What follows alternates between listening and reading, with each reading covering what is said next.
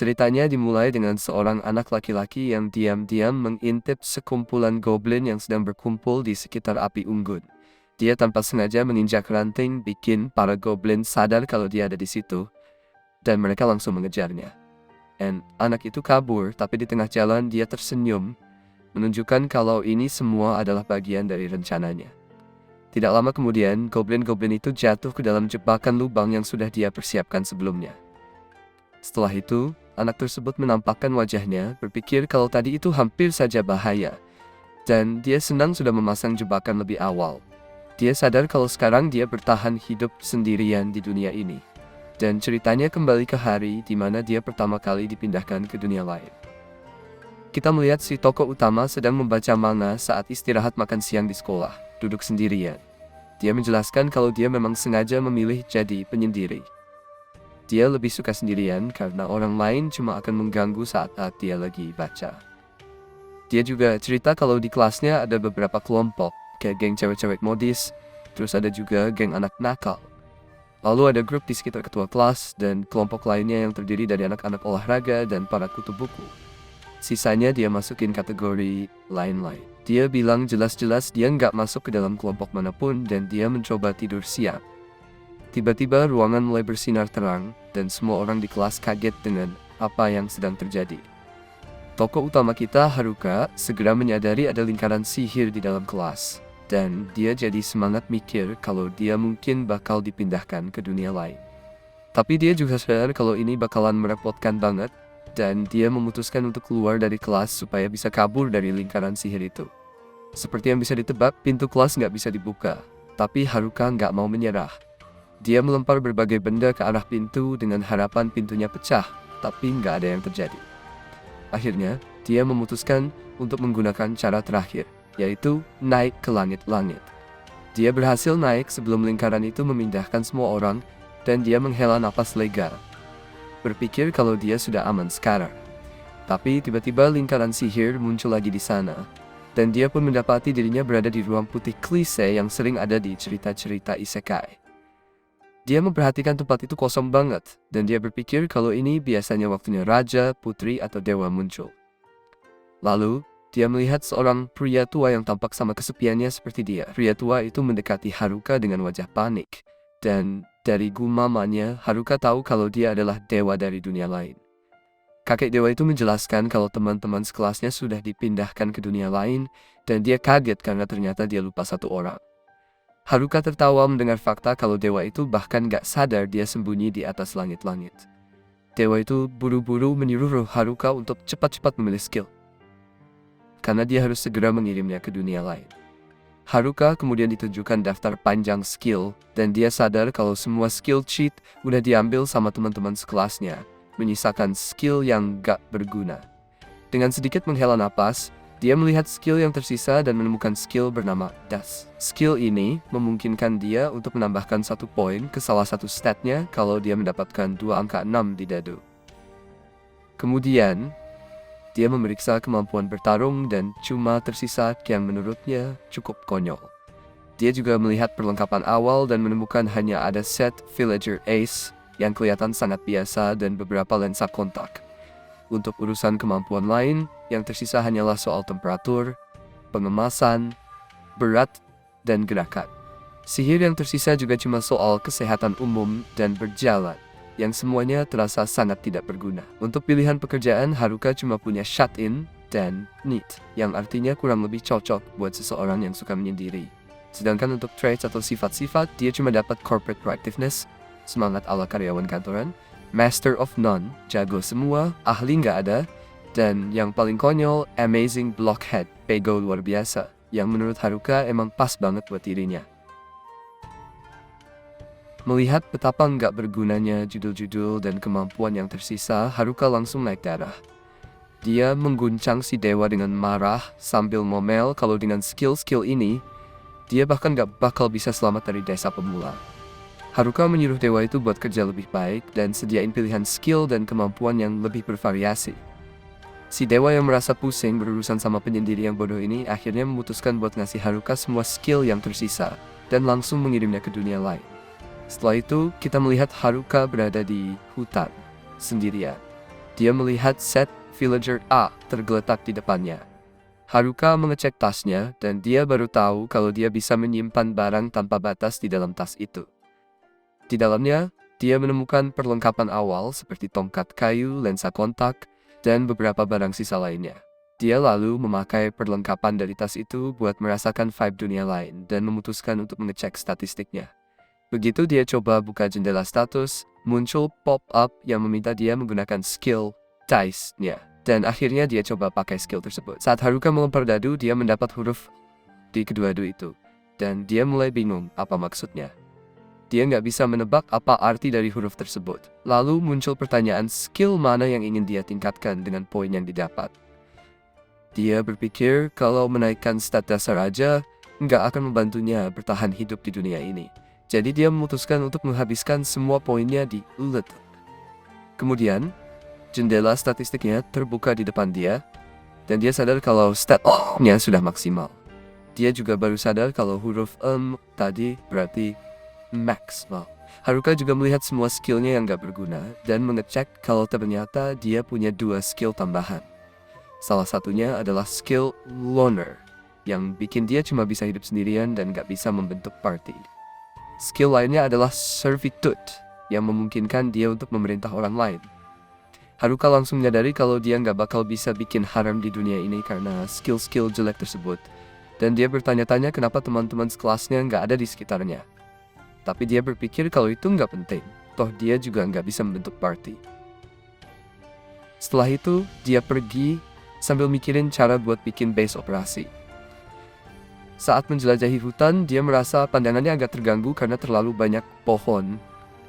Dan dia ingat kalau dia punya lensa kontak di dalam tasnya. Haruka memasang lensa kontaknya, dan begitu dia memakainya, dia langsung bisa melihat nama-nama semua tumbuhan dan benda di sekitarnya. Dia menyadari kalau lensa kontak ini memberinya skill appraisal. Dan dia berpikir kalau skill ini benar-benar membuka seluruh dunia ini untuknya. Dia lalu menemukan beberapa jamur yang bisa dimakan, dan ternyata jamur ini juga punya efek meningkatkan kemampuan tersembunyi. Haruka langsung memasukkan semuanya ke dalam tasnya, karena tasnya bisa menyimpan barang tanpa batas. Dia berpikir kalau dengan kemampuan ini, dia bisa menemukan apa saja yang dia butuhkan. Kemudian dia menemukan sebuah sungai, mengisi botol airnya, dan memuaskan dahaganya. Saat melanjutkan perjalanan, dia menemukan sebuah gua dan berhenti di pintu masuknya. Dia berdoa agar tidak ada monster di dalam, lalu memutuskan untuk masuk. Gua itu ternyata cukup luas dan nyaman nih, dan dia mulai berpikir kalau tinggal di sini mungkin ide yang bagus, apalagi dia punya tenda dan lentera di dalam tasnya. Haruka lalu menggunakan beberapa daun kering dan ranting yang dia ambil sebelumnya untuk membuat api menggunakan sihir kontrol suhu miliknya. Dia berpikir api ini akan cukup untuk mengusir binatang buas, dan sebelum tidur dia memutuskan untuk mengecek statistiknya lagi. Haruka melihat kalau sihir kontrol suhunya telah naik level. Dan sekarang dia bisa menggunakan sihir api. Dia juga mendapatkan skill baru seperti clairvoyant sight, penglihatan tembus pandang, presence detection, deteksi keberadaan, dan enemy tracking, pelacakan musuh. Dia berpikir mungkin skill-skill itu muncul karena semalaman dia terus waspada terhadap monster. Sambil sedikit khawatir, dia mulai tertidur, bertanya-tanya apa yang harus dilakukan kalau monster benar-benar muncul. Namun saat bangun keesokan harinya ternyata nggak ada masalah sama sekali. Haruka menjelaskan kalau ini mungkin karena dia punya barang-barang yang bisa mengusir monster. Ditambah lagi pekerjaan shut-in-nya melindungi ruang hidupnya. Dia mulai merasa lapar dan menyalakan api menggunakan sihir apinya yang baru untuk memasak jamur dan daging kering dengan sedikit bumbu. Saat memakan hidangan itu, dia berpikir ini enak juga. Dan menyadari kalau set villager A ini benar-benar berguna, karena dilengkapi dengan wajan dan beberapa pisau. Melihat semua perlengkapannya, dia mulai bertanya-tanya, apakah villager A ini sebenarnya seorang villager biasa atau survivalist, ahli bertahan hidup. Setelah makan, Haruka mulai berpikir tentang apa yang harus dia lakukan selanjutnya. Dia menjelajahi hutan sambil memutuskan kalau gua itu memang tempat tinggal yang cocok untuk sekarang. Dia menyadari bahwa set villager A ini benar-benar menjadi basis operasinya untuk sementara waktu.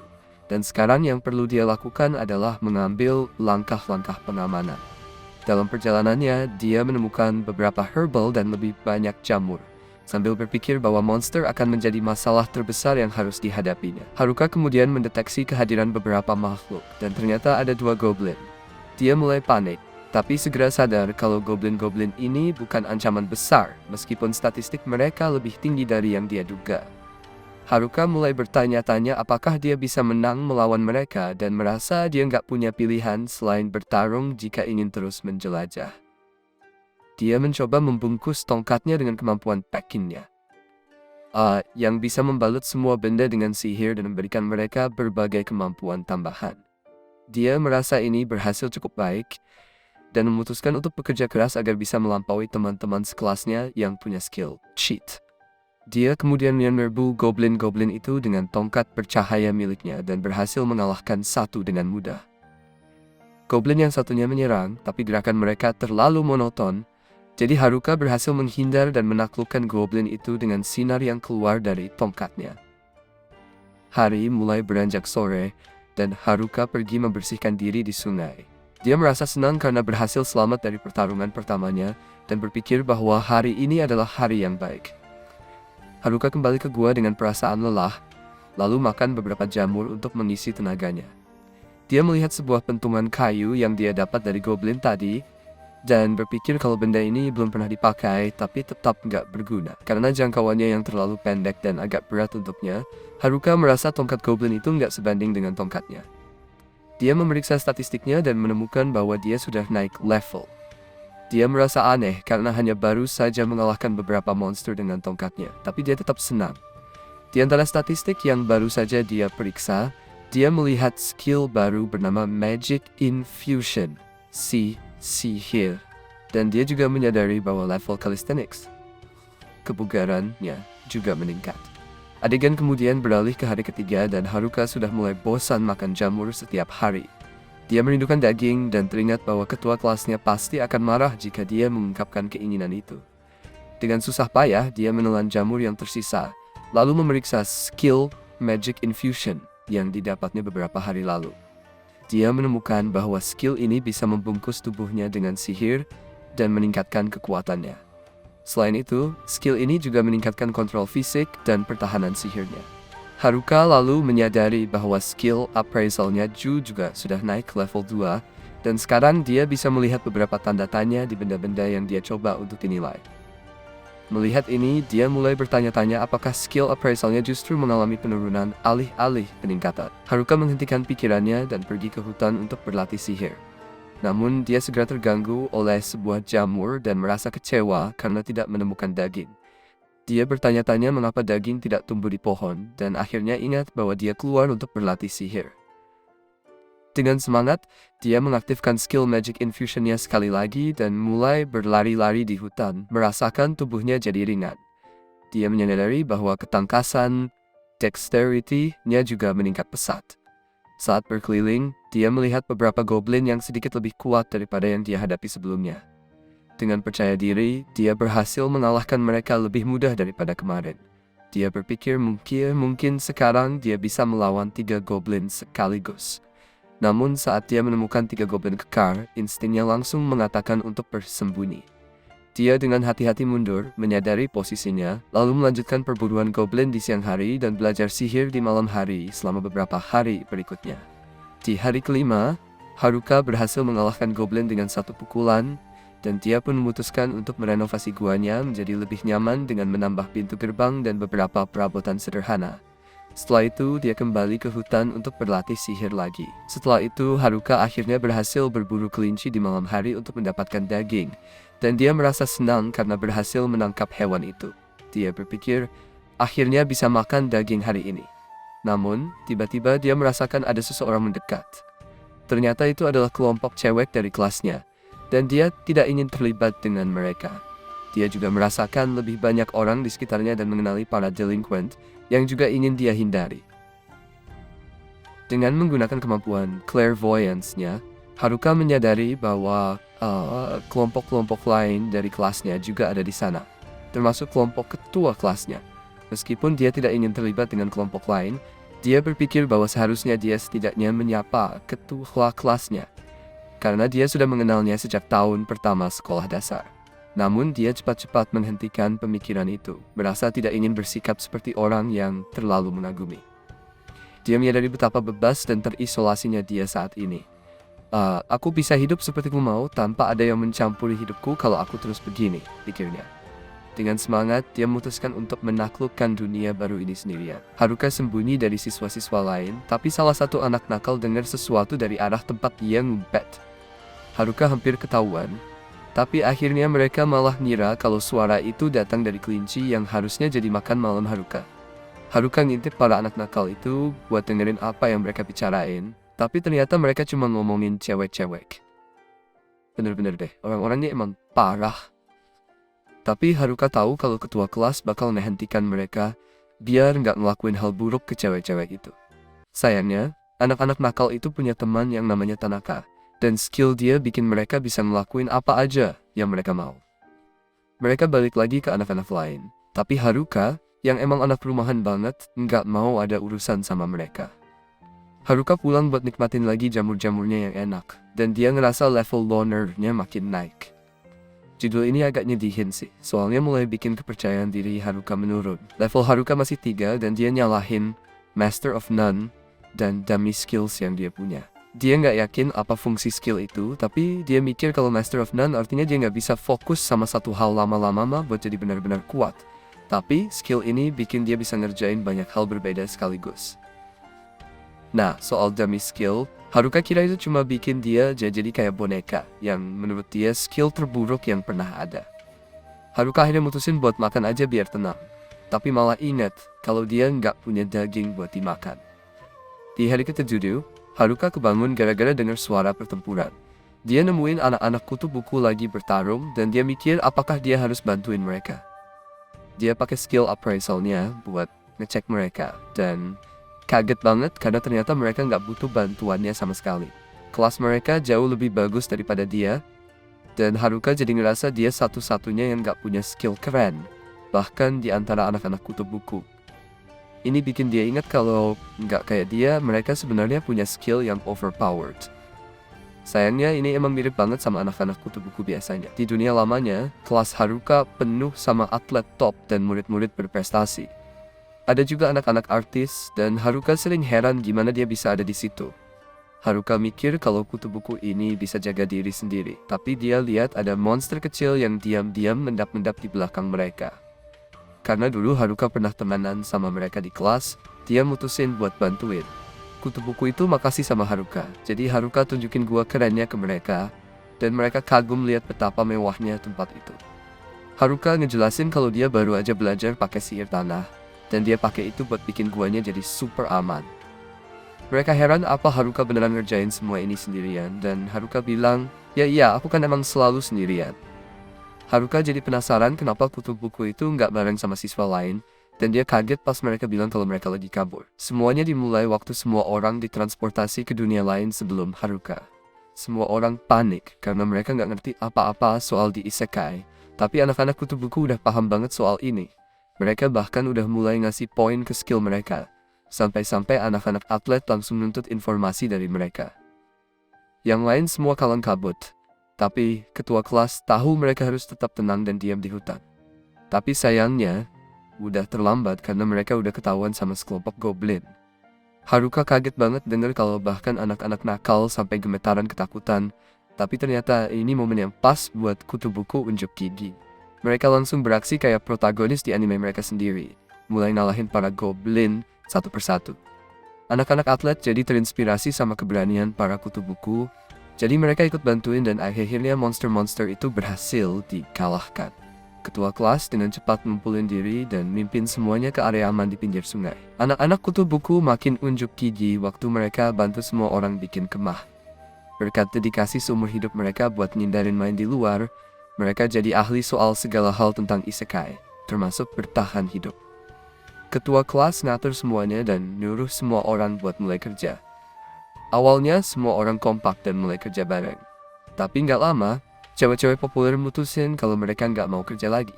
Ketua kelas coba ngejelasin kalau satu-satunya cara mereka bisa selamat adalah dengan tetap kerja sama. Tapi grupnya mulai berantakan. Mereka semua udah capek banget kerja keras, jadi mereka nyerahin semua tanggung jawab ke anak-anak kutu buku. Akhirnya, kelasnya bener-bener hancur dan gak ada yang bisa dilakukan ketua kelas.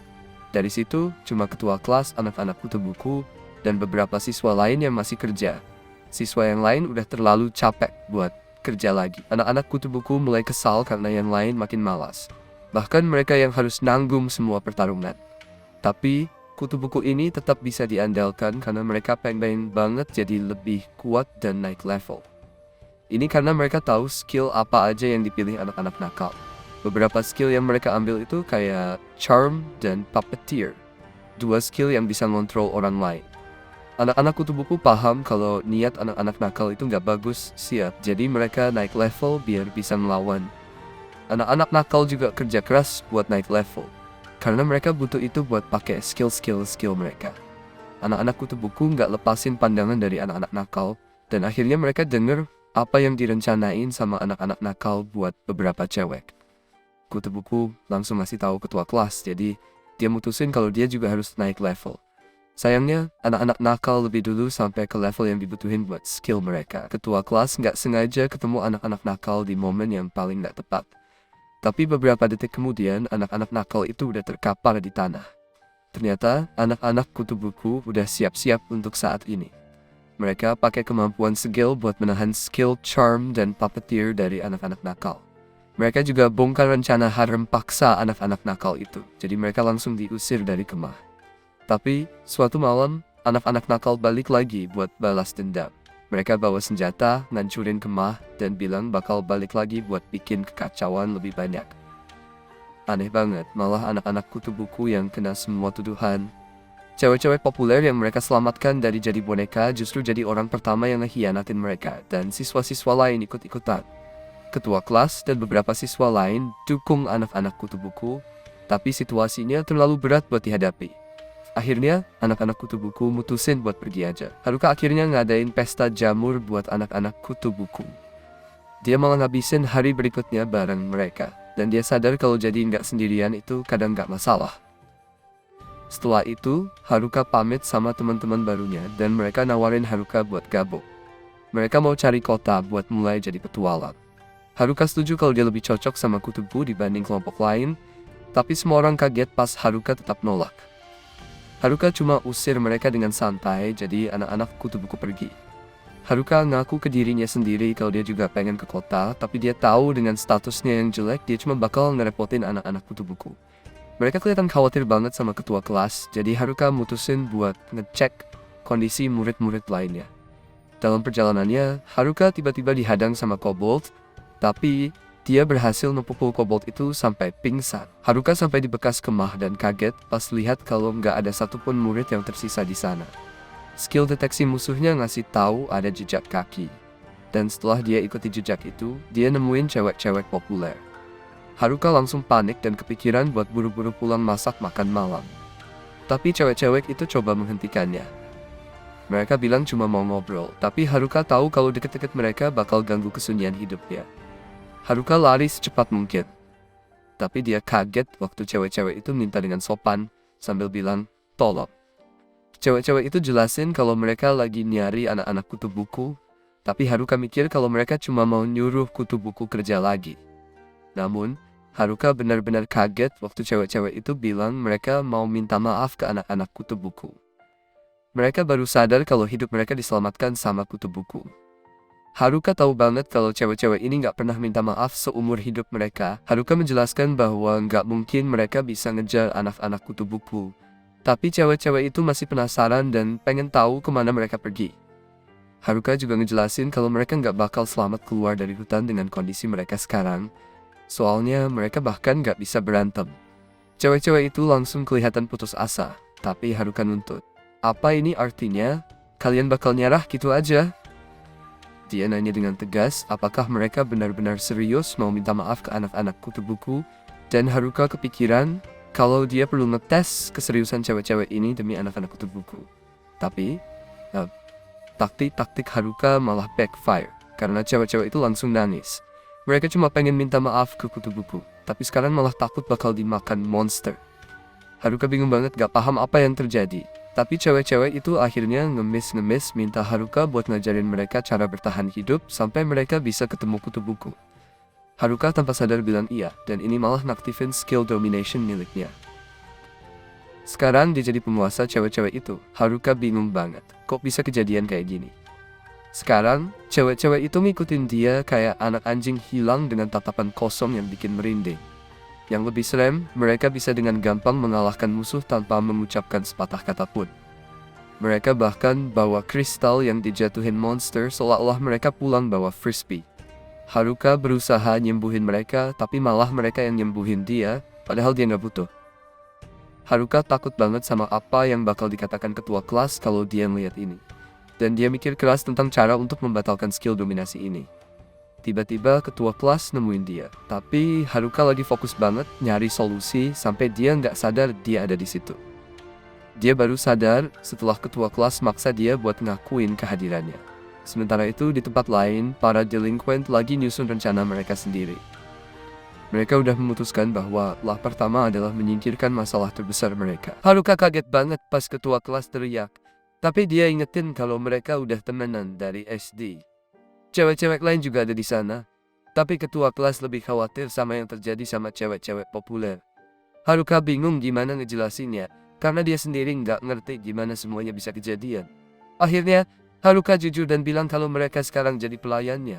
Tapi itu bikin ketua kelas marah besar. Dia bilang, kemampuan dominasi itu cuma buat monster, bukan manusia. Dan Haruka bilang itu cuma kesalahan. Cewek-cewek itu nggak ada yang percaya. Jadi Haruka mikir kayaknya udah saatnya dia pergi aja, tapi mereka nggak ngebolehin dia pergi. Haruka yang emang anak penyendiri pengen banget bisa pulang sendirian. Ketua kelas akhirnya nyadarin Shimazaki dari pengaruh Haruka, dan dia mutusin buat nyari jawaban dari dia. Haruka sih nggak masalah, malah dia nyoba kabur, tapi ketua kelas ngelarang dia pergi. Sementara cewek-cewek itu ngobrolin apa yang terjadi, Haruka malah mikir buat latihan nambahin markasnya. Lebih spesifik lagi, dia mau bikin ruang bawah tanah. Latihannya berjalan cukup baik, tapi nggak lama kemudian, Haruka malah nyadar kalau dia udah mundur dirinya sendiri. Ketua kelas akhirnya bantu dia bangun, sambil ngejelasin kalau Shimazaki udah cerita semuanya. Dia baru ngerti kalau Haruka sebenarnya cuma mau nolongin cewek-cewek itu, tapi Haruka sendiri nggak inget ngomong apa-apa soal itu. Semua cewek-cewek itu makasih ke dia karena udah baik, tapi Haruka cuma pengen pulang. Cewek-cewek itu terus maksa Haruka buat bantuin mereka. Dan ketua kelas penasaran apa yang Haruka maksud dengan rumah. Haruka pun ngejelasin kalau dia punya rumah di dunia baru ini. Dan ketua kelas yang polos banget langsung kaget, karena dia pikir Haruka lahir di sana. Haruka pun ngasih tahu kalau dia sebenarnya bangun rumahnya sendiri. Tapi ketua kelas nggak percaya, soalnya itu kayak pencapaian besar banget. Cewek-cewek itu akhirnya ngadain rapat lagi buat ngebahas apa yang bakal mereka lakukan. Dan mereka mulai bertanya-tanya berapa banyak orang yang bisa muat di rumah Haruka. Haruka hitung-hitungan dan bilang bisa muat sekitar 240 orang. Mungkin lebih kalau dia keluarin perabotan mewahnya. Cewek-cewek itu makin semangat pas tahu Haruka punya tempat mandi. Dan mereka heran gimana caranya dia bisa hidup nyaman banget. Sementara yang lain enggak. Cewek-cewek itu akhirnya mutusin buat nanya ke Haruka, boleh nggak mereka nginep semalam di rumahnya? Haruka kaget banget. Masa sih anak-anak SMA mau nginep di rumahnya? Haruka nggak nyangka mereka bakal segitu berani. Tapi ketua kelas langsung bilang kalau cuma Haruka yang mesum di sini. Akhirnya Haruka ngajak cewek-cewek itu ke rumahnya. Dan mereka semua takjub ngelihat kalau dia bahkan punya jalan setapak yang rapi menuju rumahnya. Ketua kelas sampai heran, nanya apakah dia punya minimarket juga. Tapi Haruka ngejelasin kalau dia sebenarnya mau bikin apotek dulu. Pas sampai di rumahnya, cewek-cewek itu capek banget, dan Haruka sambut mereka dengan lama. Haruka udah bikin banyak banget peningkatan di rumahnya, dan cewek-cewek itu nggak bisa percaya betapa mewahnya tempat itu. Haruka tentu aja ngarahin mereka ke dapur, tapi cewek-cewek itu lebih tertarik sama kamar mandinya. Haruka kaget setengah mati pas mereka semua langsung buka baju dan lompat ke dalam bak mandi. Haruka mikir, jangan-jangan hidup terlalu lama di hutan bikin cewek-cewek ini jadi kayak orang primitif. Tapi di sisi lain, Haruka ngerasa senang akhirnya bisa sendirian. Dia tahu cuma anak penyendiri yang bisa ngerti nikmatnya momen ini. Ketua kelas datang buat makasih ke Haruka. Soalnya cowok-cowok lain ninggalin cewek-cewek itu sendirian, dan mereka jadi khawatir. Setelah bareng sama Haruka, cewek-cewek itu jadi lebih tenang. Apalagi dengan semua fasilitas yang ada di rumahnya. Ketua kelas merasa sedih karena dia ngerasa nggak bisa banyak bantu. Tapi Haruka bilang kalau dia udah ngelakuin banyak hal. Meskipun gak sebanyak anak-anak kutu-buku, tapi Haruka ngejelasin kalau mereka itu nggak pernah keluar rumah di dunia lama. Dan udah seumur hidup persiapan buat saat-saat kayak gini dengan main World of Warcraft. Ketua kelas jadi ngerasa lebih baik dan makasih ke Haruka. Tapi dia nyadar sesuatu. Setelah datang ke dunia ini, Haruka punya rumah, makanan, dan bahkan bisa ngalahin monster.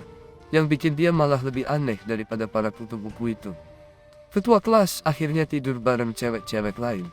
Tapi Haruka ngerasa kayaknya dia nggak bakal bisa tidur malam ini. Pagi-pagi, Haruka dibangunin sama seorang cewek yang bilang kalau sarapan udah siap. Tapi Haruka cuma pengen tidur lebih lama. Cewek itu minta Haruka buat bangun demi dia. Tapi Haruka mikir, kayaknya itu kalimat yang gak pas buat diucapin dalam posisi kayak gini. Haruka kaget pas tahu cewek itu masak ikan buat sarapan, sampai-sampai dia hampir bikin cewek itu pingsan. Haruka ngambil satu gigitan dari ikan yang enak banget itu, dan dia langsung nangis karena udah lama banget gak makan sesuatu seenak ini. Ketua kelas heran banget, kenapa Haruka jadi emosional cuma gara-gara makan ikan, padahal rumahnya dekat sungai. Tapi Haruka ngejelasin kalau dia belum pernah bisa nangkep ikan sendiri. Ikan-ikan itu terlalu cepat dan licin. Jadi selama ini, dia cuma nontonin ikan-ikan itu sambil makan jamur di tepi sungai. Salah satu cewek ngasih tahu caranya dia pakai sihir petir buat bikin sekumpulan ikan pingsan di air sekaligus, dan Haruka minta dia buat nunjukin lagi. Cewek itu siapin serangan lagi, tapi kali ini Haruka ngebungkus sihir petir itu pakai skill packingnya. Ini bikin Haruka bisa ngendaliin sihir itu, dan dia pakai buat bikin ikan-ikan itu pingsan dan nangkep mereka. Haruka langsung ngerayain karena dia juga berhasil belajar skill sihir petir. Dia nggak yakin gimana dia bisa ngelakuinnya, tapi dia ngejelasin ke cewek-cewek itu kalau dengan ngebungkus sihir pakai skill packingnya, dia bisa ngambil elemen sihir apapun yang dia mau. Haruka semangat banget, dan dia pengen nunjukin ke semua cara ngelakuinnya. Ketua kelas merasa kalau kemampuan Haruka ini kelihatan terlalu OP, overpowered. Jadi Haruka menyimpulkan kalau bahkan skill terburuk pun bisa ada gunanya. Bagi ketua kelas, ini luar biasa banget. Tapi Haruka ngejelasin kalau dia sebenarnya cuma dapat sisa-sisa skill terburuk.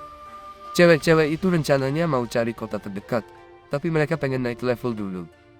Haruka setuju kalau mereka emang harus dapetin level yang cukup kalau mau terus ngejar para kutu-buku. Tapi geng cewek gosip ngejelasin kalau mereka cuma pengen berterima kasih ke mereka. Haruka setuju buat bantuin cewek-cewek itu naik level.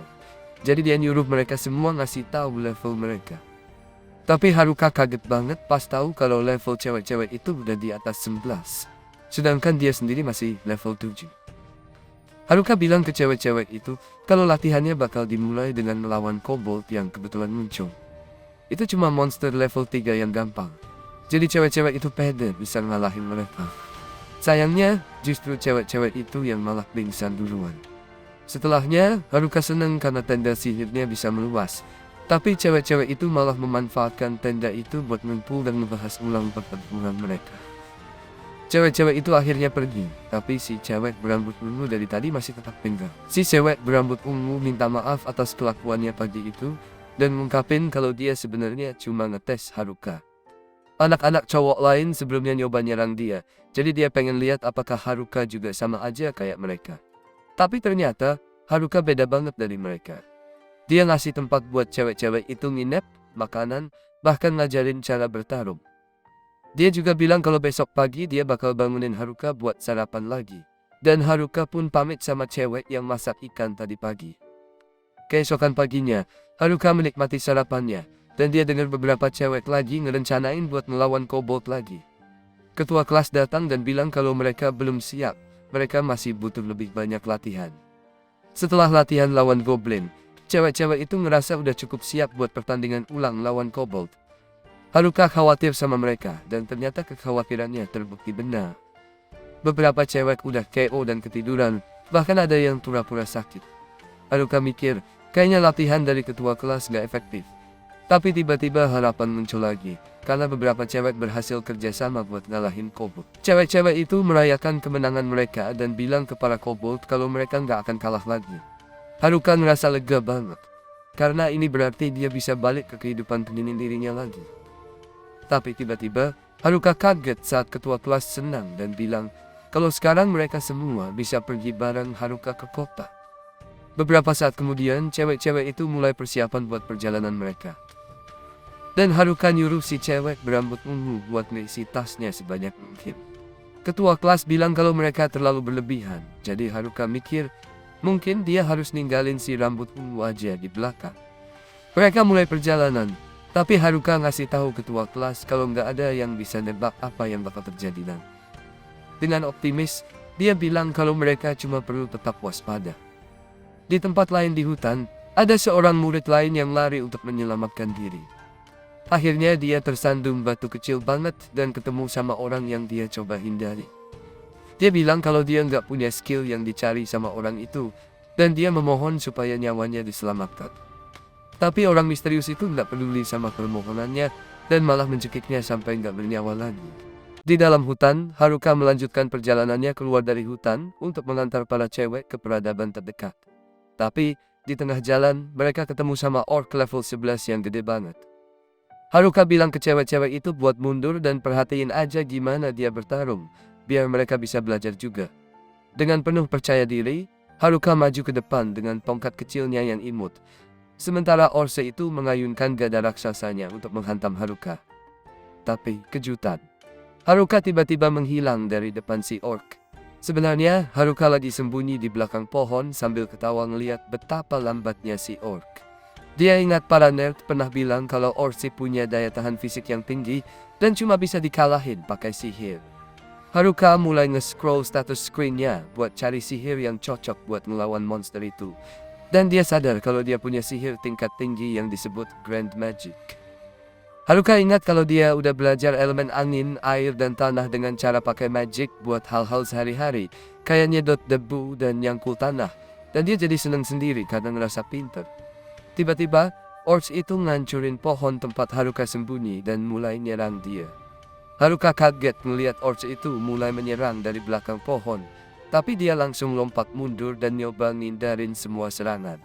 Setelah itu, Haruka muter ke belakang si orc dan nyerang pakai tongkat kecilnya yang imut tadi. Namun, yang bikin semua orang kaget, orc itu malah kena damage parah dan akhirnya jatuh ke tanah dengan napas terakhirnya. Haruka bingung. Soalnya orc biasanya punya pertahanan fisik yang kuat. Para cewek pun melihat Haruka dengan tatapan curiga. Haruka buru-buru bilang kalau di pertarungan berikutnya dia bakal pakai sihir, persis kayak yang dibilang para nerd. Nah, pas mereka ketemu orc lagi, Haruka bikin bola api di tangannya dan dengan santainya melempar bola itu ke kepala si monster. Boom!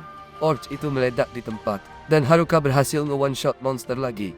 Haruka jadi mikir, ini kenapa bisa kayak gini ya? Sementara itu, para cewek protes, karena gimana mereka mau belajar kalau Haruka terus-terusan one shot monster. Malam itu mereka semua camping di luar dan menikmati jamur bakar, sementara Haruka bikin perangkap pakai sihir tanah biar aman. Dia mikir soal tendanya yang udah dilengkapi penangkal monster dan sihir deteksi keberadaan, jadi para cewek harusnya aman semalaman. Haruka mulai ngerencanain rute perjalanan buat besok.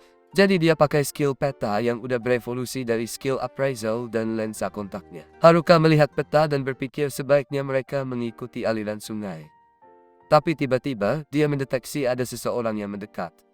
Dia memperhatikan ada beberapa manusia berjalan ke arah mereka dan langsung khawatir kalau itu para berandalan. Tapi untungnya, ternyata cuma jokes bodoh.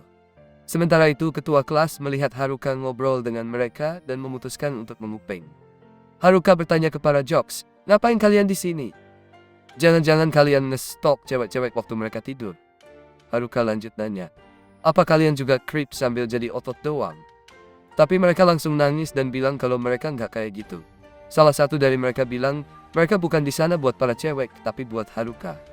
Haruka ngejek mereka, oh jadi kalian suka pesta-pesta aneh gitu ya? Tapi mereka buru-buru bilang, enggak, kita nggak begitu bro. Setelah itu, Haruka tanya kenapa mereka sembunyi dari para cewek. Mereka jawab, soalnya kita udah nggak bisa percaya siapapun lagi. Mereka juga ngejelasin kalau ada skill yang jauh lebih bahaya daripada skill boneka atau mesmerize. Haruka mikir pasti yang mereka maksud adalah skill hijack yang bikin penggunanya bisa nyolong skill dan kemampuan orang lain. Sekarang para cowok itu panik banget. Haruka juga mulai ngerasa tegang ngadepin situasi ini. Para jocks bilang kalau para berandalan gak pernah ngomong apa-apa soal skill hijack. Jadi itu berarti mereka gak punya skill itu. Tapi itu juga berarti ada orang lain yang punya. Jadi mereka harus lebih hati-hati sama semua orang. Setelah denger ini Haruka bilang, kalian pasti bodoh ya. Soalnya kalian gak mikir kalau mungkin aja gua yang punya skill itu. Tapi yang bikin Haruka heran, mereka malah senyum dan bilang, wah, kalau gitu sih kita malah seneng banget. Soalnya kita tahu kalau lo orang baik. Mereka terus nanya, jadi lo beneran punya skill hijack nggak? Haruka bilang kalau dia nggak punya hijack, tapi dia punya skill domination, yang kedengarannya malah lebih seram. Mereka santai aja dan bilang, ya udah, selama lo punya skill aneh-aneh itu, kita nggak usah khawatir, karena lo pasti bakal duduk sendirian di suatu tempat tanpa gangguin orang lain. Setelah itu, mereka bilang kalau mereka bakal awasi para berandalan di hutan. Dan tujuan mereka datang cuma buat ngasih tahu soal skill hijack biar Haruka bisa waspada. Terus, mereka minta Haruka buat minta maaf ke para cewek karena mereka nggak berani melawan para berandalan lebih awal. Habis ngomong gitu, mereka pun pergi. Haruka lihat mereka pergi sambil ngasih saran. Kalau ada masalah lagi, coba deh konsultasi sama Goblin. Karena mereka berdua sama-sama idiot, pasti bakal cocok deh. Keesokan paginya, Haruka nyuruh semua orang buat siapin peralatan mereka. Terus mereka jalan ke hutan buat cari beberapa tanaman obat sebelum pergi. Ketua kelas nyamperin Haruka dan bilang kalau dia tahu soal obrolan Haruka sama para jok semalam. Terus dia minta maaf. Haruka langsung ngerti kalau ini pasti soal skill hijack. Dan dia bilang, gue tahu kok kalau lo yang punya skill itu. Ketua kelas ngaku kalau dia emang minta para nerd buat nyimpen rahasia ini. Tapi Haruka bilang, udah jelas banget. Cuma para jok saja yang terlalu bego buat nyadar. Haruka terus bilang, nggak usah khawatir, kita semua percaya sama lo dengan skill itu. Makanya para nerd nggak nyolong skill itu dari lo, kayak yang mereka lakuin sama para berandalan. Mendengar ini ketua kelas jadi seneng banget dan matanya mulai berkaca-kaca. Haruka bilang, lo udah nangis mulu sejak kita sampai di dunia ini. Ketua kelas jawab, itu gara-gara lo. Haruka panik, itu fitnah dan langsung kabur. Tapi pas dia pergi, ketua kelas ngomong ke dirinya sendiri, itu karena lo bikin gue bahagia banget. Setelah itu, mereka melanjutkan perjalanan. Dan Haruka tiba-tiba punya ide buat jualan jus buah segar di tengah jalan buat bikin semua orang semangat lagi. Salah satu cewek bilang kalau dia nggak punya uang, tapi tertarik buat bayar dengan cara lain. Namun, ketua kelas langsung marah dan ngehardik Haruka karena dianggap mesum. Haruka pun berhenti jualan jus yang bikin cewek-cewek lain nangis karena nggak dapet jus. Mereka terus jalan melewati hutan sampai Haruka ngeliat sungai. Dia bilang ke ketua kelas kalau tempat ini harusnya aman buat ngecamp malam ini. Terus dia bilang bakal maju duluan buat ngecek area sambil langsung lari pergi. Sambil lari, Haruka ningkatin kekuatan fisiknya dan pakai sihir bobot buat bikin tubuhnya lebih ringan. Dari atas, dia dapat pandangan yang bagus tentang hutan. Tapi terus dia sadar kalau dia nggak punya cara buat mendarat dengan aman. Akhirnya, dia jatuh ke tanah dengan pantatnya yang sisa satu HP. Setelah itu, Haruka balik ke camp dan langsung kena omel ketua kelas karena dianggap sembrono.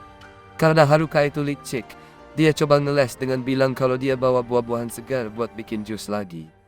Besoknya, mereka lanjut perjalanan keluar dari hutan dan nemuin banyak hal baru di sepanjang jalan. Salah satunya, mereka nemuin seorang cewek dari kelompok mereka yang tersesat. Setelah itu mereka sempat seru-seruan main di sungai, tapi juga dikejar-kejar oleh sekumpulan orc. Tapi untungnya pada akhirnya mereka berhasil keluar dari hutan, dan semua orang jadi super excited. Haruka mencatat kalau pandangannya tertutup oleh bukit-bukit di sekitarnya, dan dia ngeh kalau ada skill baru di layar statusnya, yaitu Airwalk. Dia langsung pakai skill itu buat terbang ke atas biar bisa lihat lebih jelas keadaan sekitar. Dan dari atas dia ngelihat sekelompok NPC dari dunia ini diserang oleh kawanan monster. Haruka turun lagi dan kasih tahu semuanya ke ketua kelas. Sebagai pemimpin yang baik, ketua kelas langsung panik dan bilang kalau mereka harus nolongin NPC itu. Tapi Haruka memperingatkan kalau nggak ada jaminan kalau NPC itu orang baik. Siapa yang tahu, bisa aja mereka malah nyakitin setelah diselamatin dari monster. Haruka menyarankan supaya mereka lanjut aja jalan ke depan. Tapi ketua kelas ngotot kalau dia bakal ngelawan balik kalau NPC itu coba nyakitin teman-temannya. Dia benar-benar pengen nyelamatin NPC itu, sampai-sampai ngeliatin Haruka dengan mata bergetar penuh harapan. Karena hal itu, Haruka akhirnya bilang kalau dia bakal pergi sendiri. Soalnya, mereka semua terlalu jauh dan gak mungkin yang lain bisa nyusul, walaupun mereka lari sekencang mungkin. Haruka kembali menggunakan physical enhancement dan weight magic, lalu dia juga pakai wind magic untuk melempar dirinya ke udara. Dengan airwalk skill, dia terus terbang menuju NPC-NPC itu. Tapi tiba-tiba dia ngeh kalau ketua kelas lagi bergelantungan di jubahnya. Haruka kaget dan nanya, "Lu ngapain di situ?" Ketua kelas jawab kalau dia kebawa angin sihir Haruka. Terus dia teriak, "Lihat depan deh, kita mau nabrak." Sayangnya, Haruka bilang kalau dia belum tahu gimana cara ngerem. Mereka berdua akhirnya jatuh dan nabrak monster yang lagi nyerang NPC, tanpa sengaja menyelamatkan mereka dalam proses itu.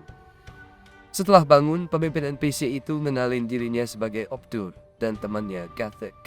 Mereka berterima kasih ke Haruka karena udah nyelamatin mereka, lalu ngejelasin kalau para pedagang di rute ini sering diserang monster. Karena itu, mereka ambil quest dari guild petualang dengan harapan bisa dapat uang. Tapi kalau pertempuran itu berlanjut, mereka mungkin udah nggak selamat sekarang. Setelah itu, mereka mulai ngepak barang-barang mereka, sementara Haruka nunggu cewek-cewek lain buat nyusul. Sambil nunggu, Haruka masak jamur hutan buat ngemil. Haruka berbagi jamur hasil masakannya dengan para NPC, dan mereka berterima kasih sambil ngasih tahu kalau ternyata jamur itu cukup berharga. Jamur itu mengembalikan kekuatan mereka, dan Haruka mulai iri sama para pria tua di kelompok NPC karena bisa ikut petualangan bareng cewek-cewek cantik. Tepat saat itu, ketua kelas sadar dan menghentikan Haruka sebelum dia berubah jadi karakter jahat. Nggak lama kemudian, cewek-cewek lainnya akhirnya nyusul dan jadi super excited karena bisa ketemu elf di dunia nyata. Para NPC pun nunjukin jalan ke kota bernama Amui, dan cewek-cewek itu langsung lari ke sana dengan semangat kayak anak TK. Sementara itu, di tempat lain, para berandalan lagi sibuk nge-grind level di hutan. Mereka ngomongin kalau udah waktunya mereka balas dendam sama para cewek dan berbuat seenaknya.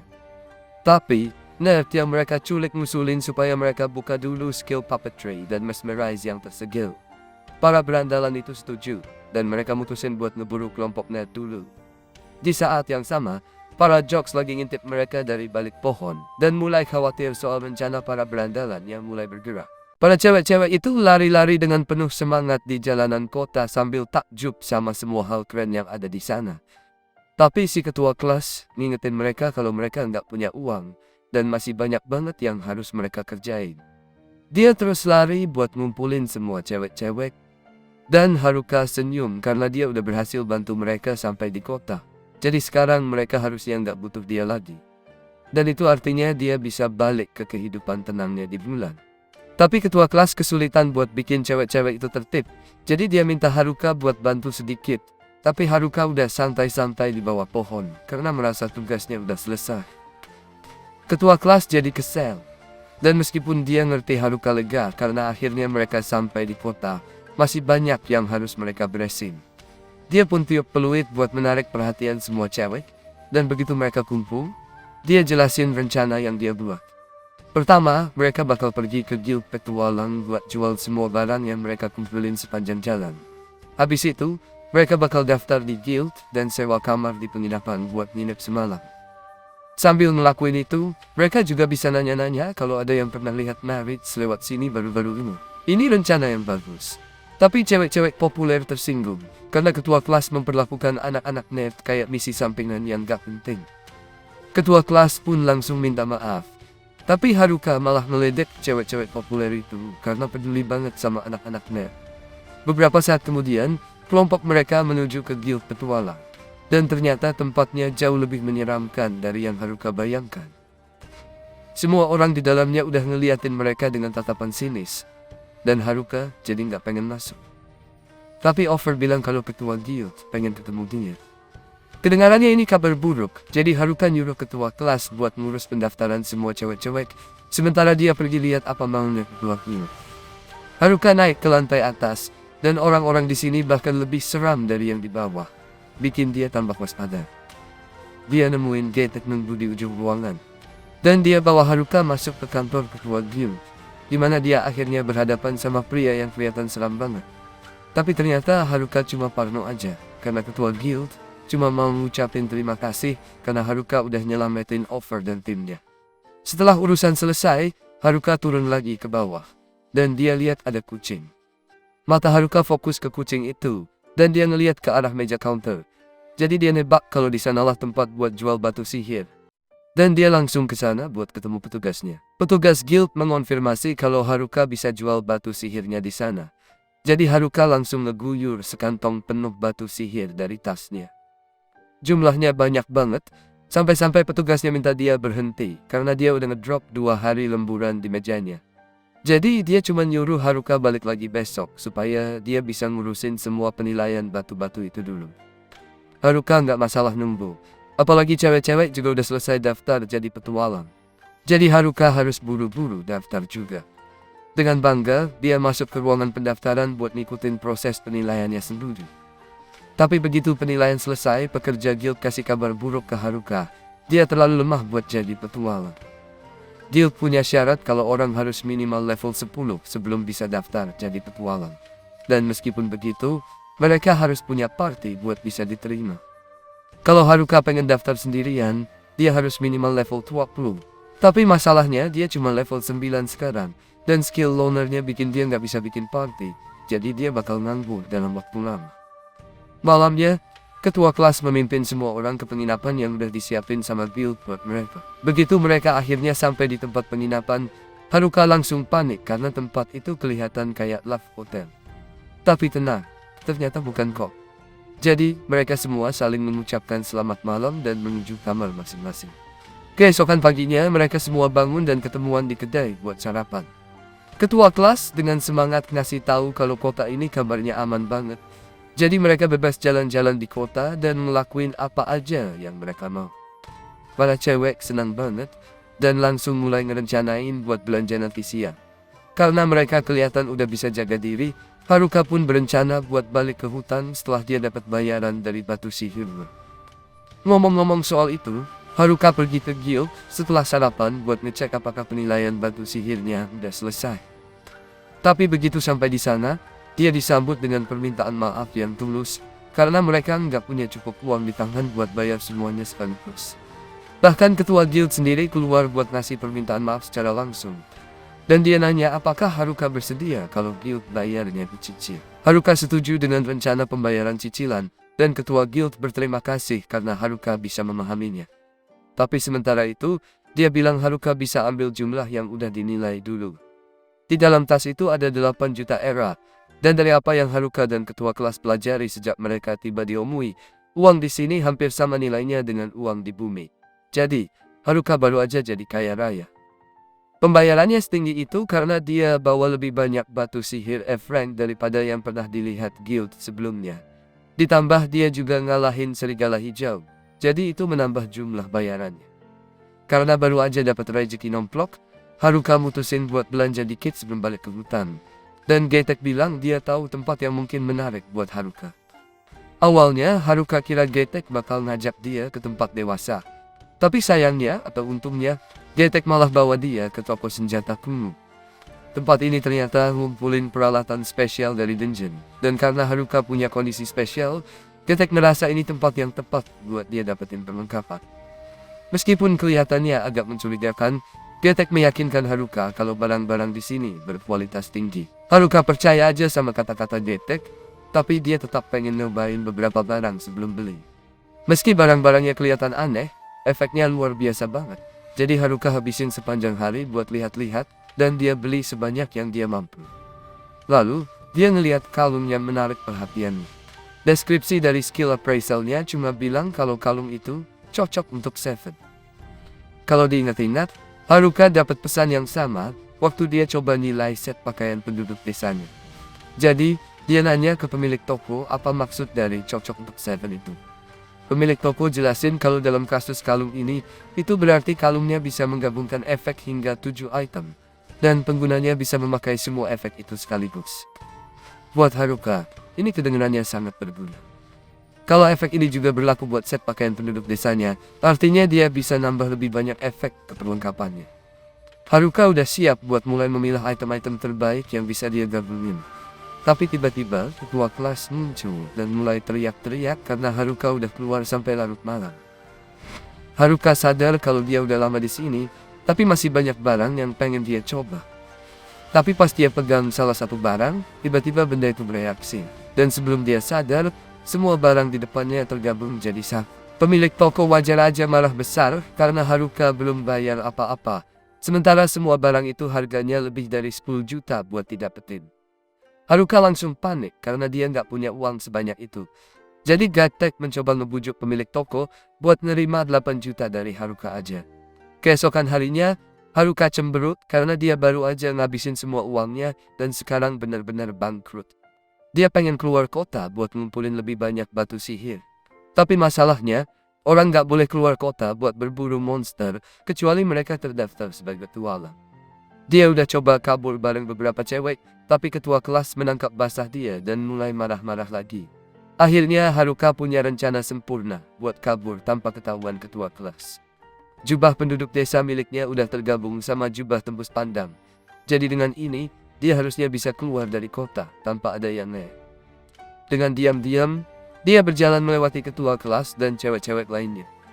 Haruka merasa sedikit bersalah karena pergi tanpa bilang apa-apa. Tapi dia tahu, kalau ketua kelas tahu rencananya, pasti dia bakal langsung mencoba menghentikan Haruka. Haruka akhirnya berhasil kabur dari penginapan. Tapi begitu di luar, dia bikin keputusan bodoh dengan melepas jubah tembus pandangnya.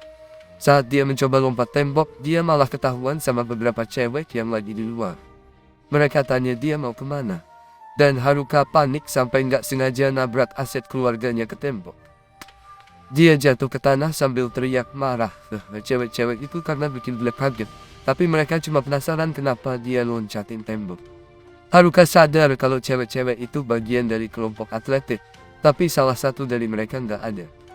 Dia langsung pakai skill persepsinya buat cari cewek yang hilang itu. Dan kaget banget waktu tahu kalau dia mau buka baju di tengah jalan. Haruka dan cewek-cewek atletik langsung lari buat menghentikan dia. Dan untungnya mereka berhasil sebelum dia buka baju sepenuhnya. Tapi rencana kabur Haruka udah hancur berantakan. Keesokan harinya, semua cewek berangkat buat nyelesain quest dari guild. Dan Haruka nanya apakah dia bisa ikut. Ketua kelas langsung nolak karena dia udah nggak percaya sama Haruka setelah percobaan kabur dia kemarin. Ketua kelas meyakinkan Haruka kalau mereka bakal balik dalam waktu singkat. Dan Haruka bilang dia akan nunggu. Tapi begitu ketua kelas dan yang lainnya pergi, Haruka malah senyum-senyum sendiri karena dia sebenarnya nggak ada niat buat nunggu mereka. Dia udah belajar dari kesalahan kemarin. Jadi dia tetap pakai jubah tembus pandangnya. Dan nunggu sampai dia udah keluar dari gerbang kota baru dia lepas jubahnya. Sekarang dia resmi berhasil keluar dari kota. Dan gak ada yang bisa menghentikannya buat balik ke rumahnya di hutan. Sambil berlari, Haruka melihat ada bangunan-bangunan yang hancur di kejauhan. Biasanya ini bisa jadi side quest panjang. Tapi Haruka cuma pengen cepat balik ke rumahnya. Jadi dia cuekin aja. Dia juga melihat segerombolan goblin. Yang sebenarnya bisa jadi sumber pengalaman yang bagus kalau dia sempat bunuh mereka. Tapi lagi-lagi, dia cuma pengen balik ke hutan. Lalu kali ini, pas dia lagi lari, dia ngelihat ada kereta yang diserang bandit. Ini lumayan susah buat diabaikan, apalagi orang-orang di dalamnya teriak minta tolong. Tapi pada akhirnya, Haruka mutusin buat tetap cuek dan lanjut jalan. Namun saat dia mau pergi, para bandit malah nyerang dia. Haruka pun coba jelasin ke mereka kalau dia nggak mau terlibat dalam urusan ini.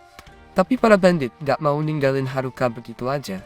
Jadi dia terpaksa bertindak dan langsung menggoreng mereka dengan satu mantra api. Tongkat yang dipegang Haruka itu hasil kombinasi barang yang dia dapat sebelumnya. Dan ternyata lumayan kuat. Pas para bandit bangkit lagi, Haruka coba lagi buat ngomong baik-baik. Dia bilang kalau mereka sebaiknya pergi aja kalau nggak mau kena masalah. Para bandit ngaku kalau sihir Haruka memang kuat.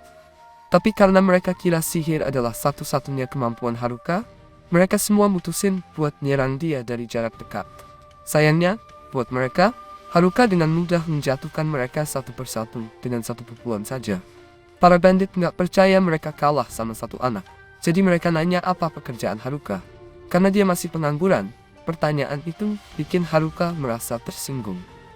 Para bandit pun mutusin buat ngecek status Haruka, biar tahu mereka lagi ngelawan siapa. Dan begitu lihat Haruka cuma level 9, mereka ngerasa yakin bisa menang kalau mereka pakai skill senjata mereka, walaupun mereka udah kalah sejauh ini. Skill senjata cuma bisa dipakai mulai dari level 20. Jadi Haruka nggak perlu khawatir soal itu.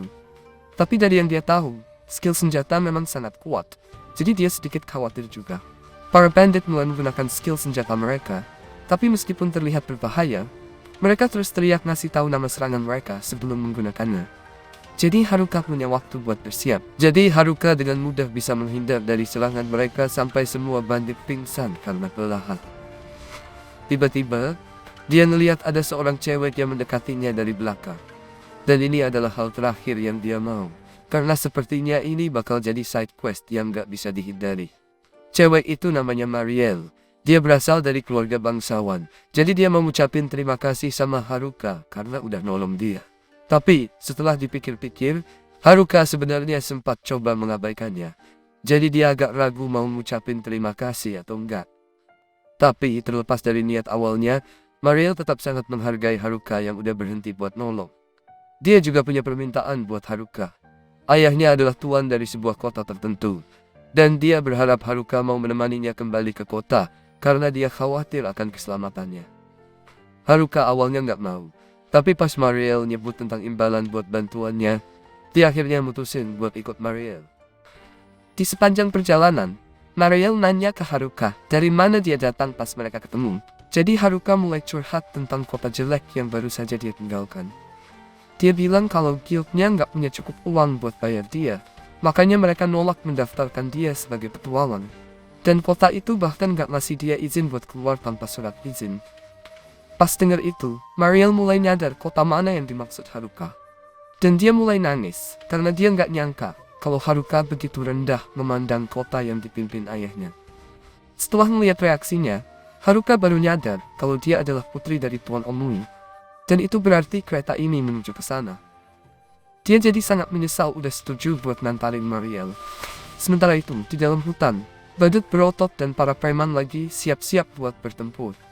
Karena badut berotot nggak mau ngizinin para preman ngelakuin hal buruk ke cewek-cewek. Dan pemimpin preman nggak ada masalah buat membunuh badut berotot kalau dia terpaksa. Tapi, pas dia angkat pedangnya, dia tiba-tiba ditusuk dari belakang. Kedua badut kekar dan anak-anak nakal itu kaget lihat apa yang terjadi. Tapi waktu teman-teman mereka coba balas dendam, yang maju duluan malah kena tusuk juga. Dua orang terakhir akhirnya putuskan buat serang bareng, biar peluang menang lebih besar. Tapi si penyerang misterius itu malah bisa kalahin mereka dengan mudah. Lihat kejadian itu, si badut kekar sadar kalau dia nggak bakal menang. Jadi dia coba kabur. Tapi si penyerang terlalu cepat buat kejar mereka. Tiba-tiba, dia muncul di depan mereka dan mulai jalan mendekati mereka dengan tatapan seram. Di sisi lain, Haruka baru saja ditarik balik ke kota sama Mariel, padahal dia nggak mau datang. Tapi karena Mariel nangis, akhirnya dia ikut juga demi bikin dia senang. Pas sampai di rumah tuan, Mariel ninggalin Haruka sebentar. Jadi Haruka iseng-iseng lihat-lihat sekitarnya. Rumahnya kelihatan bagus banget, tapi buat Haruka itu nggak penting. Jadi dia langsung mau cabut lewat pintu depan. Tapi sebelum sempat keluar, Mariel keburu balik dan dia langsung marah lihat Haruka mau pergi. Padahal Mariel udah minta dengan jelas biar Haruka tunggu dia ganti baju. Mariel bilang biar dia tunggu sedikit lagi, soalnya dia masih ada sesuatu yang mau dilakukan buat balas budi. Haruka sebenarnya nggak mau nunggu, tapi karena Mariel terus maksa, dia nggak punya pilihan selain nurut. Awalnya sih dia agak malas untuk tetap di sana, tapi begitu Mariel tunjukin hidangan besar yang udah dia siapin khusus buat Haruka, sikapnya langsung berubah total. Mariel sebenarnya melakukan ini sebagai tanda terima kasih ke Haruka. Tapi dia mulai kesal juga karena Haruka malah sibuk makan dan gak peduli sama dia. Sambil Haruka asik ngunyah makanan, Mariel minta salah satu pelayannya bawa sisa hadiah buat Haruka. Pelayannya muncul bawa kantong uang. Dan walaupun Haruka sadar ada hadiah uang, dia kelihatan gak terlalu heboh. Sebagai bonus, Mariel juga ngeh kalau Haruka belum punya identitas di kota. Jadi dia inisiatif bikinin kartu ID khusus buat Haruka, yang bakal kasih izin dia keluar masuk kota kapanpun dia mau. Itu sebenarnya hadiah keren banget, tapi Haruka udah nggak terlalu peduli sejak dapat uangnya. Dan malah lebih fokus sama dessert yang baru aja dihidangkan. Besoknya, ketua kelas dan anak-anak cewek lainnya mulai nanya-nanya ke Haruka soal apa yang terjadi tadi malam. Haruka cerita ke mereka kalau dia cuma dipanggil ke mansion tuan setempat. Dan walaupun ketua kelas percaya dia nggak bohong, dia masih heran kenapa tuan kota sampai mau ketemu Haruka. Haruka memilih cerita seadanya, biar mereka nggak tahu kalau dia ketemu Mariel waktu nyoba kabur kemarin. Akhirnya, anak-anak cewek itu nggak tanya-tanya lagi dan memutuskan pergi buat menjalankan misi. Tapi sebelum berangkat, ketua kelas ingetin Haruka kalau dia nggak boleh keluar kota. Dan anehnya Haruka kali ini terlihat nurut. Tapi, itu karena dia udah tahu kalau nggak ada yang bisa cegah dia buat pergi begitu anak-anak itu keluar kota. Dengan kartu ID khususnya, dia akhirnya bisa bebas keluar kota tanpa ribet. Tapi sebelum cabut, ada beberapa hal yang dia mau lakuin dulu. Dia pakai uangnya buat beli peralatan baru, makan makanan enak sebanyak mungkin, dan mulai nulis catatan buat ketua kelas, biar nanti dia nggak marah pas tahu Haruka pergi. Di catatan itu, dia bilang kalau dia pergi ke hutan buat cek keadaan teman-teman gamenya. Walaupun dia tulis itu sebagai alasan, sebenarnya dia juga beneran khawatir sama mereka. Setelah siap, dia keluar kota dan tunjukin ID-nya, dan akhirnya dia diizinkan pergi. Kali ini, Haruka nggak mau lagi terganggu sama misi-misi sampingan yang nggak penting. Gak lama, dia kembali ke hutan, dan senang banget lihat semuanya masih sama seperti saat dia pergi. Dia udah gak sabar buat balik ke rumahnya. Tapi saat lagi gak waspada, seekor orcs mendadak muncul dari belakang dan coba menghantam kepalanya. Untungnya, stats Haruka udah jauh lebih tinggi, jadi pukulan itu sama sekali gak ngaruh. Dan dia langsung ngalahin orcs itu dengan sekali tebasan tongkatnya. Dia merasa aneh karena orcs biasanya gak muncul di sekitar sini dan cuma ada di bagian hutan yang lebih dalam. Gak cuma itu, Haruka juga nemu jejak darah manusia di dekat situ. Dia tahu darah itu pasti bukan dari para nerd, karena mereka terlalu kuat buat dikalahkan sama apapun di hutan. Jadi dia menduga itu darah salah satu teman si badut kekar. Haruka mulai ikutin jejak darah itu, sampai akhirnya dia nemuin para badut kekar, terkapar penuh luka dan lebam di bawah pohon. Awalnya dia pikir mereka udah mati, tapi pas diperiksa lebih dekat, dia sadar mereka masih bernapas. Haruka langsung tuangin semua potion penyembuhan yang dia punya buat nyelamatin mereka sampai mereka semua kembali stabil. Setelah itu, dia coba cari cara buat bawa mereka keluar dari hutan, tapi ternyata susah banget. Lama-kelamaan, mereka mulai sadar dan bangun, lalu mulai ceritain semuanya ke Haruka. Awalnya, Haruka pikir badut kekar ini diserang sama anak-anak nakal, tapi Haruka kaget banget pas dengar kabar kalau semua berandala itu ternyata udah mati. Dia langsung nanya apakah para nerd juga jadi target. Tapi para badut kekar nggak tahu pasti. Kayaknya nggak, karena para nerd itu udah pergi dari hutan sejak lama. Dari tatapannya, para badut kekar tahu kalau Haruka berencana buat ngejar pelaku pembunuhan ini, jadi mereka kasih peringatan kalau Tanaka sekarang udah jadi kuat banget. Bahkan mereka kalah dalam hitungan detik waktu lawan dia. Dan dia berhasil nyuri semua senjata overpowered mereka. Jadi sekarang dia jauh lebih kuat. Mereka menduga kalau Tanaka udah rencanain semua ini dari awal, sejak kelas mereka pertama kali dipindahin ke dunia ini. Para badut kekar juga nggak yakin mereka bisa ngalahin Tanaka. Tapi mereka tahu siapa target Tanaka berikutnya. Dari semua murid yang masih hidup, target paling mungkin adalah ketua kelas, karena dia punya skill perampas. Haruka juga mikir, mungkin aja Tanaka bakal kejar ketua kelas buat skill itu. Tapi yang tahu soal skill perampas itu cuma ketua kelas, para nerd, dan Haruka sendiri. Jadi, dia mulai bertanya-tanya gimana info soal skill itu bisa bocor. Para badut kekar bilang mereka baru bisa menebak setelah melihat Tanaka terus-terusan nanya keberadaan ketua kelas. Dan waktu mereka nggak bisa kasih info yang Tanaka inginkan, dia langsung hajar mereka sampai nyaris mati. Mereka nggak mau cari ketua kelas karena itu bakal bahaya buat dia. Jadi mereka pilih datang ke area sekitar rumah Haruka dengan harapan dia bakal nemuin mereka sebelum terlambat. Dengan kekuatan Haruka, mereka yakin bisa menang kalau bertarung bareng. Tapi Haruka sendiri nggak yakin apakah dia mau terlibat dalam pertarungan kayak gini dari awal. Dia sebenarnya pengen banget menghindari misi-misi sampingan. Tapi kalau ketua kelas jadi target, mau nggak mau dia harus menghentikannya. Walau begitu, dia bilang ke anak-anak gym kalau ini adalah pertarungan yang mau dia jalani sendirian. Anak-anak gym coba ngebujuk dia buat nggak bertarung sendirian karena itu super berisiko. Tapi pas mereka lihat sorot mata Haruka, mereka sadar kalau dia serius. Jadi mereka setuju buat membiarkan Haruka jalan sendiri. Haruka pun kasih saran supaya mereka balik ke kota dan ketemu anak-anak cewek lainnya. Dan kalau mereka sampai sana, sebaiknya mereka minta maaf ke ketua kelas karena udah meninggalkan kelompok mereka sebelumnya.